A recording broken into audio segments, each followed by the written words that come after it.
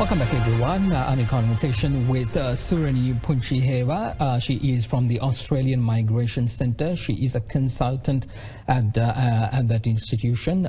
So we've been talking about, basically various visa categories that exist when you're migrating to Australia, and there are lots of questions you might have trying to understand what this process is. There's a lot of things that you need to read, understand, because once you go there, the idea here is to make sure that you do not fall into trouble, and because you don't have anyone there. So you need to go the correct way, the right way, and that's why tonight I have the pleasure of speaking to Surani, trying to understand exactly what these processes are when you are migrating to Australia. Surani, one question. Now, let's say everybody wants to go to Melbourne, because Melbourne is a destination in terms of for Sri Lankans. I have this experience. I walk in the streets of Melbourne and I hear people screaming in Sinhalese because there is so much of people, Sri Lankans, living there. It is the same case in Sydney as well. But this is where everybody is looking at when you want to migrate. No, we have to go to Melbourne, or we have to go to Sydney.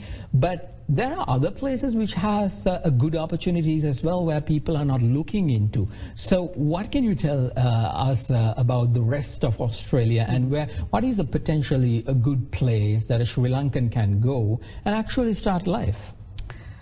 A very vital question. As you said, the concentration of Sri Lankan population is pretty much in Melbourne and Sydney at the moment. So the tendency is that you are invited by your friends and family. But then again, there are other programs, particularly in South Australia. The city is called Adelaide. South Australia has been attracting migrants for the last 10 years, and that program has been a very solid one. And in terms of two types of visas that I discussed, both are possible with South Australia. So what they're looking at is pretty much the criteria would be much lenient than other states per se. So as long as you have been employed in an occupation and your skills are assessed and you have the English criteria met, then South Australia would be really happy to invite you as that means you might have a better chance of getting to Adelaide than getting into the saturated areas like Melbourne and Sydney. At the moment, the availabilities from Melbourne and Sydney, we call New South Wales and Victoria as a state, are equally better, or equally good, as what we used to have from South Australia and states like Queensland or even Tasmania. It used to be the trend that South Australia used to, nominate a large proportion of migrants. But now Victoria and New South Wales also has come on board, particularly the regional programs. You touched on a very vital point earlier.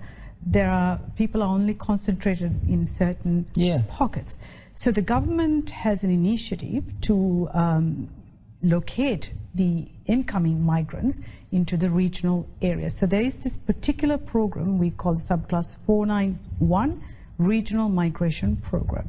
Now, a common question that we are sort of confronted with is, am I going into a rural area? Yes. So regional does not actually mean rural. So you're talking about, for the purpose of migration, let's say city of Adelaide is a regional area at the moment. So it doesn't mean you're going into some wilderness. So you don't really need to be too alarmed about it.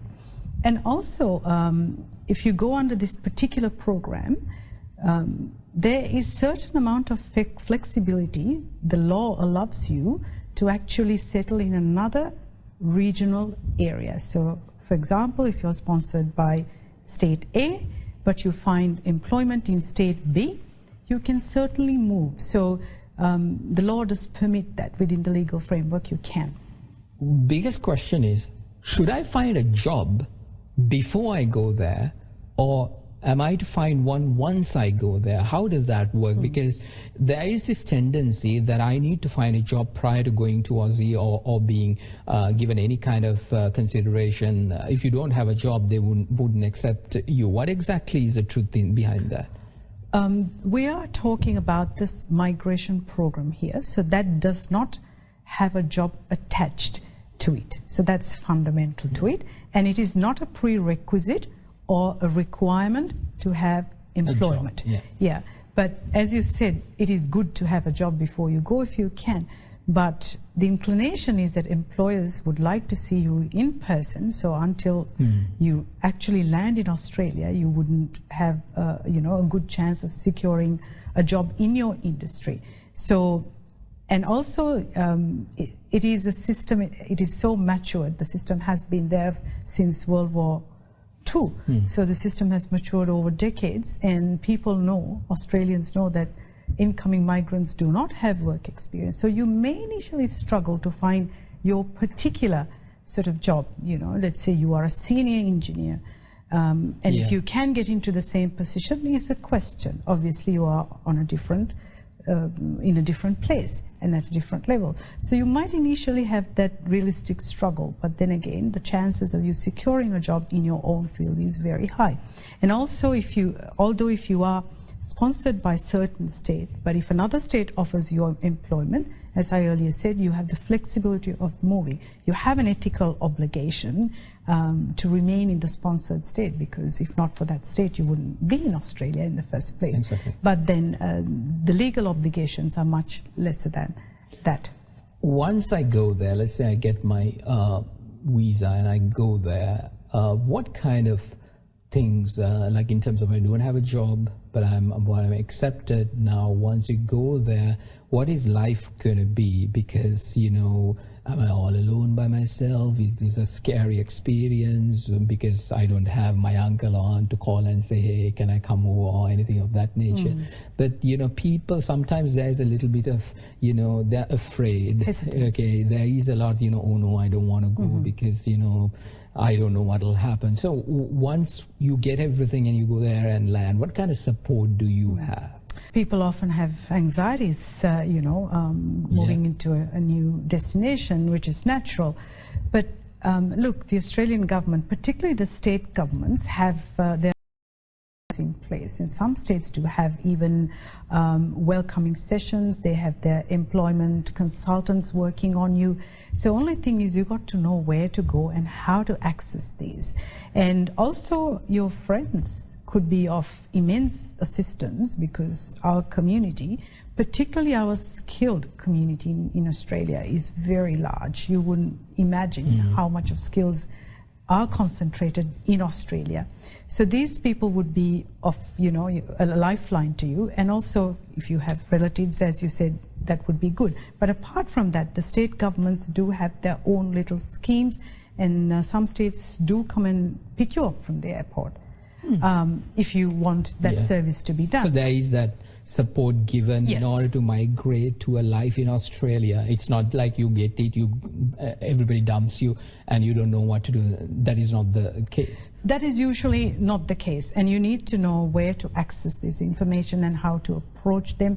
And ideally, if you are going with your family and if you have young children, you know, the recommendation is the primary applicant or whoever is skilled to relocate first and then secure your sort of opportunities and then bring the young family over. So it's a settlement process, and initially you would go through certain hardships. It's not like, okay, you switch into your identical job over there and everything would be a bed of roses. It's not going to be like that. But having said that, there is support network, and also you may need to take a little bit of funds along with you for settlement purposes until, you know, you secure your spot there. So that means anybody who is thinking should actually do a little bit of research, understand what kind of the cost of living in those parts of the world is, and try to understand how much you might need as safety. One of the other questions that I want to know is in terms of these processes, these skilled migration per se, is this a permanent category, or is it, you know, they ask you sometimes, okay, we got what we need from you, now go back to Sri Lanka? Okay. I can confidently say there's nothing of what you mentioned in the latter part.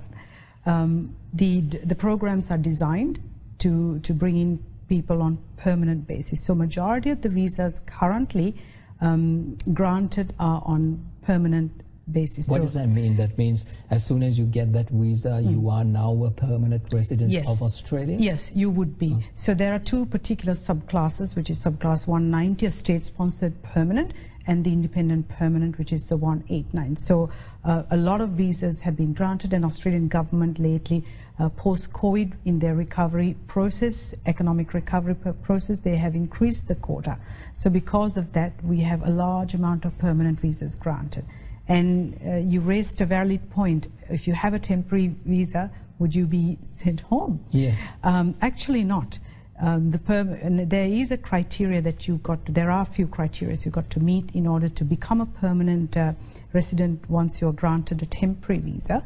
So basically you would be given a 5-year visa. It's just equivalent time to a permanent visa, and you'd be going there.